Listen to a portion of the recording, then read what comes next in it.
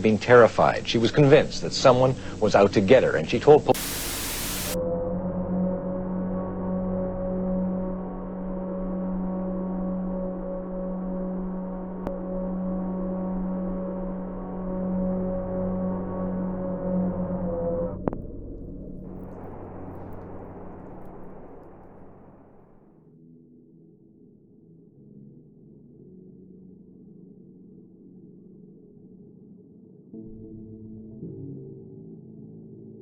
Cindy Makepeace was leading a seemingly stable and accomplished life.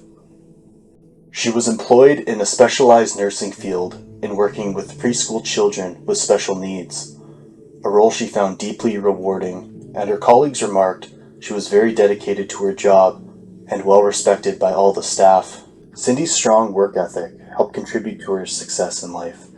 Her father was a Royal Canadian Air Force colonel, and she was given a strict upbringing which demanded a high degree of responsibility and duty. Though her upbringing was more demanding than most, this definitely helped her rise the ranks of her job.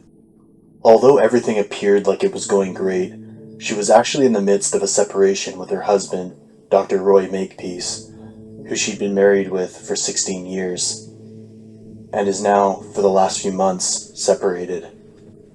Roy was a licensed psychiatrist who worked in the Vancouver area.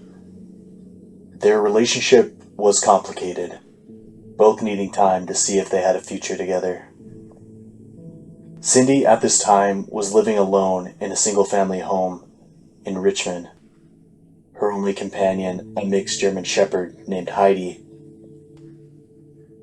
This is where Cindy's life became an unending turmoil, as one day, on October 1982, she received a phone call. On the other end was heavy breathing, and then she heard the words, "You're going to die." Cindy reported the incident to the police, who promptly opened an investigation, but this would only be the beginning of the threatening phone calls she would receive. The calls would begin happening at all hours of the night, becoming more and more vulgar and threatening, often implying that she was being watched. She was enduring these calls for months. Though the police were sympathetic to her plight, there was no physical evidence to assist them in the apprehension of the caller. Later that month, Cindy claimed she heard someone outside her house, and when she woke the next morning, she found her porch lights had been broken. Days after that, she called the RCMP to tell them that someone had thrown a rock through her window and broke into her house. Police investigated and saw that nothing inside the house had been disturbed. And 4 days after that, she reported that someone had broken into her house yet again and slashed a pillow that was on her bed. Constable Patrick McBride, a police officer who was looking into the case, was considering that perhaps Cindy's estranged husband was responsible for the harassments, though Cindy herself could not fathom that Roy Makepeace would be capable of doing something like that. Strangely, this did differ from what Cindy's peers told McBride, as they heard from Cindy herself that Roy had a tendency to become abusive. On October 20th, 2 tenants living in Cindy's basement reported hearing strange noises upstairs in Cindy's house after she had already left for work. Her next-door neighbor also said she witnessed a man outside of Cindy's house on 3 separate occasions. The neighbor was adamant that the man was not Roy Makepeace. In the interest of keeping Cindy safe and catching Cindy's harasser, Officer McBride moved in with Cindy and began keeping a close eye on the property. Not long into his stay, he notices a strange vehicle parked outside in an alleyway behind Cindy's home. When he approached the vehicle, he saw it was Roy, who was sitting with 2 loaded handguns beside him. Roy told McBride he was only there watching over the property and to potentially catch Cindy's harasser. Roy did not know that McBride was already staying at the house, and so no longer felt he needed to stay and keep an eye on Cindy. It was an interesting encounter that McBride took note of. Only a few days into McBride's stay, he himself received a phone call at the property with Cindy present.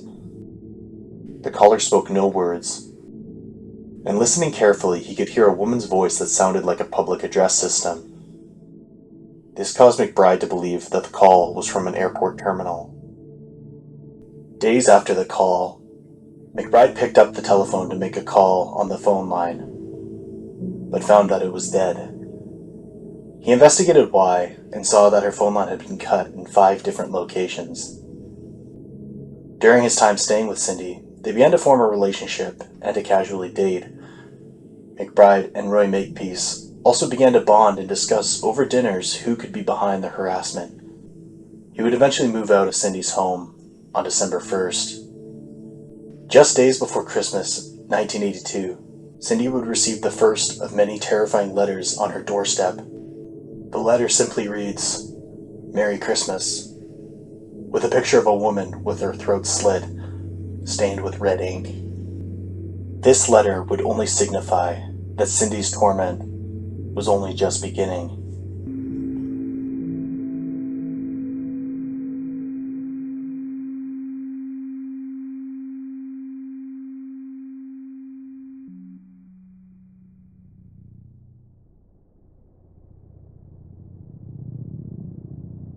A month after receiving the letter, Cindy's friend, Agnes Woodcock, decided to drop by to pay Cindy a visit.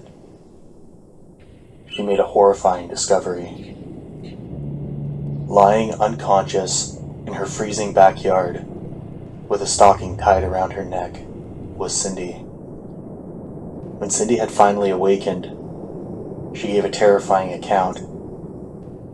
She was walking from her house to her exterior garage when she was attacked by a man with a knife. The man then forced her into the garage where another man was waiting. Cindy claims that the man strangled her and then gruesomely sexually assaulted her using a knife. They threatened Cindy that if she spoke of the incident, that they would kill her younger sister.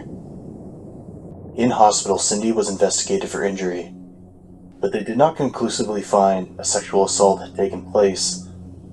This was the beginning of seeds of doubt that were being sown by law enforcement towards Cindy's claims. Detective David Boyer Smith was skeptical of Cindy and believed she was not telling the entire truth. They recommended that she see a psychiatrist, but Cindy adamantly refused. She feared that in doing so, she would only stigmatize herself and make more people question her sanity. Though she did ultimately agree to see a general practitioner with counseling experience. After returning back home, she decided to sell her home and move to a new home in West Vancouver, in the hope that in relocating, she would lose her stalkers. Less than a week later, she began to receive obscene, threatening letters again, followed by the phone calls. Again, Cindy moved locations, trying desperately to lose her harassers. She began carrying pepper spray, changed the color of her vehicle, and even had a panic button installed in her home. She hired a private investigator named Ozzy Caban to help with the investigation. Near the end of 1983, on 3 separate occasions, Cindy found dead cats in her yard, bound with rope.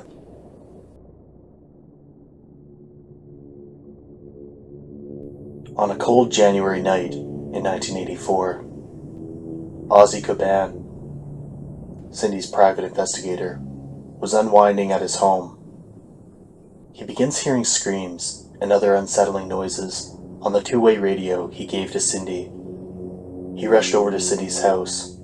The doors were locked. He kicked in the door and ran inside. Lying unconscious in the living room was Cindy. A paring knife had pierced through the center of her hand. Pinned to that knife, another note. "Now you must die." Cindy again was taken to the hospital to treat her injuries. Ozzy, when interviewed, stated that when Cindy came to, she remembered a man entering through the gate of her property and then promptly assaulting her, bludgeoning her over the head with a blunt object, and then injecting her with a hypodermic needle in her arm. Doctors examined Cindy and did discover a needle mark on her arm. Toxicology screening didn't find any drugs in her system, a curious detail that caused Cindy to have a polygraph test. Cindy passed the test showing no deception, although the examiner did say he believed the test to be inconclusive. An officer who was first on scene at Cindy's house saw bloodstains that were smeared in a circular pattern, believing that someone had attempted to clean the crime scene. Cindy would then give a composite sketch of the assailant she believed attacked her that night. As Cindy once again recovered in hospital, a renewed focus was placed on her estranged husband, Roy Makepeace. Cindy herself began speculating that she believed Roy was the main perpetrator. Cindy felt that the dead cats in her garden was something that Roy would have done, as he hated how much time and attention and money Cindy spent on her garden, which had always been a sticking point in their marriage. Many of the officers working the case also believed that Roy was somehow responsible. Roy, on the other hand, believed that Cindy, through her work with Blenheim House and commonly dealing with children under the legal protection of the court, may have put Cindy in the crosshairs of those in the criminal underworld. Roy believed that the mafia was harassing and assaulting Cindy. The summer of 1984 saw a dramatic increase in Cindy's harassment. Ozzy received a call from a panicked Cindy claiming someone had broken into her house. Ozzy then arrived at her house to find her cowering in the bushes. Ozzy entered the house and discovered Cindy's dog Heidi scared in the basement and was injured and bound with the same rope that was found wrapped around the dead cats in her garden. Caban believed that Cindy would never have abused her dog she loved so much. A month after this incident, Cindy's mother was staying the night with her. She awoke to Heidi barking. She went downstairs to see Cindy checking the locks on the windows and doors. Suddenly, the doorbell rang, and they discovered the window rear to the front porch was cracked in many places, which is yet another strange incident where it appears that harassment has taken place, with a witness present that wasn't Cindy. In July of 1984, Cindy took Heidi for a walk at a local park, but she didn't return home. She was discovered around midnight with a stocking yet again tied around her neck. She was wandering in a daze. Her dog Heidi later found wandering the park. Cindy told the police she was abducted by a man driving a green van who had a female accomplice. Doctors found that she had 2 needle marks in her arm. While in hospital, yet again recovering, the reception desk received a call from a man with an accent and was questioning her about the hospital's security policies. After hearing a recording, the receptionist believed it could have been Roy Makepeace, who did have a South African accent. The investigators were even more interested in Makepeace, and Cindy herself would reveal something that would deepen the mystery even further.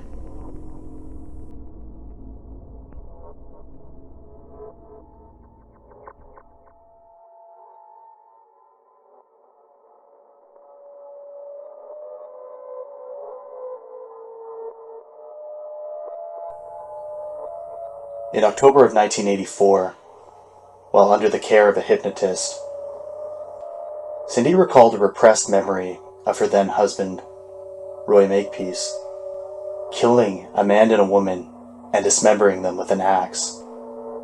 All of this taking place in a cabin while vacationing on Thormanby Island off the coast of British Columbia. This was a very shocking allegation, to say the least. The ensuing investigation quickly called into question Cindy's claims. Police searched by boat for a cabin where Cindy claimed the murders took place, but despite an extensive search, they could not locate it. It would later be found that Cindy's sister, Melanie, was also vacationing with the couple when this happened. She claimed that nothing out of the ordinary took place during that time. The allegations would lead to a massive falling out between Makepeace and Cindy. The ensuing months saw Cindy's mental health further deteriorate, and she attempted to take her own life with prescription medication. This led to her being involuntarily committed to a psychiatric ward.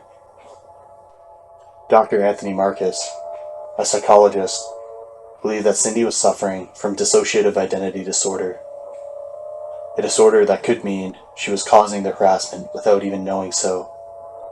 Though, particularly enough, another psychologist, who had been working with Cindy for over a year, believed her claims of harassment were genuine. The following year, in 1985, saw even more harassment for Cindy, including being found 5 kilometers from her house, barely conscious in a ditch. Her neck, once again, with a nylon stocking tied around it.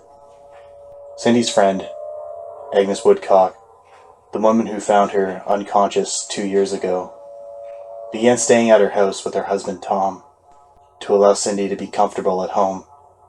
Both were awakened on the night of April 16th to find Cindy pacing the house, claiming she heard a commotion outside. Immediately after this, Tom discovered a fire in Cindy's basement. Attempting to call the fire department, Tom discovered that the phone lines were cut. The three of them promptly exited the house. Tom testified that when he exited the house, he saw a man across the street, watching the scene unfold. When Tom yelled at the man to call the fire department, he turned away and quickly fled the scene, running down the street. The police were never able to apprehend him. Cindy again entered into a mental health crisis. She refused to eat and sleep, and she even began to have doubts about her own sanity. She would stay in hospital for another 10 weeks. And unfortunately, when Cindy would return to her home and work life, the harassment would return as well. Within 2 weeks, Cindy was attacked again. She was found hogtied in her garage with the same nylon stockings wrapped around her neck. An expert mountain climber was consulted by the RCMP, and he found it highly unlikely that Cindy did this to herself, as the knots were too difficult to secure from such a compromised position. In another desperate attempt to hide her identity, Cindy changed her last name from Makepeace to James. Roy Makepeace himself received threatening voicemails and had them saved. Instead of giving them to the authorities, he gave the recordings to his attorney, as he stopped trusting the RCMP, thinking that they are malicious and incompetent. The recordings were analyzed, and though they are inconclusive, they appear to sound like a woman disguising her voice.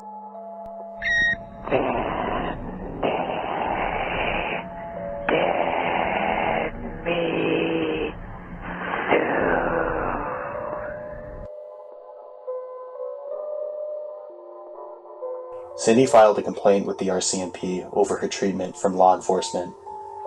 During this time, the RCMP did treat women poorly, and many times the reported claims from women were not taken seriously. Although in this particular case, the RCMP had reportedly spent over $1.5 million on the Cindy James investigation. All of these events would culminate to the evening of May 25th, 1989.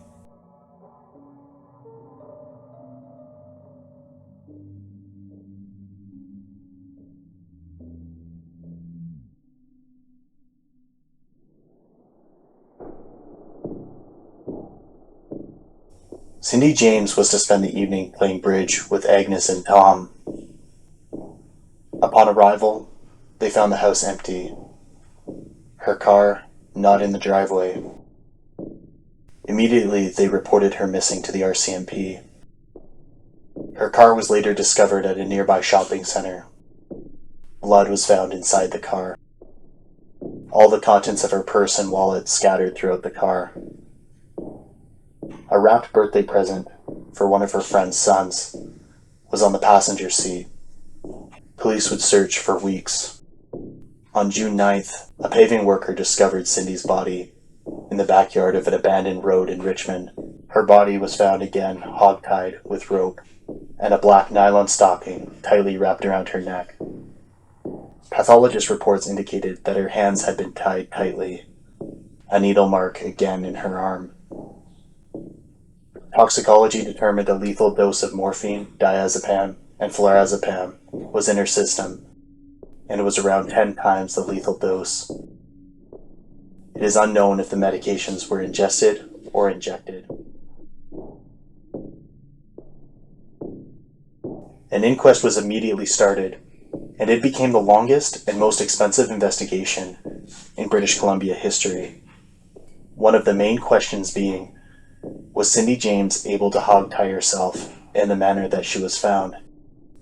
At the conclusion of the inquest, and after viewing years of accumulated evidence and over 80 eyewitness testimonies, the 5-juror panel deemed the manner of death to be inconclusive. It could not be proven beyond a reasonable doubt as to whether Cindy James took her own life or was murdered in cold blood. Whichever it was, Cindy was clearly troubled and tormented for 7 years. That is the only information that is clearly certain. Cindy's psychologist, Anthony Marcus, had a quote that really summed up the entire ordeal. This woman was under siege from whatever source, inside or out. I would love to know what you all think of this case in the comments. Was Cindy harassed and stalked for over 7 years?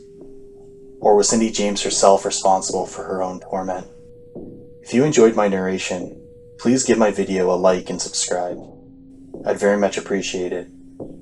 Until next time.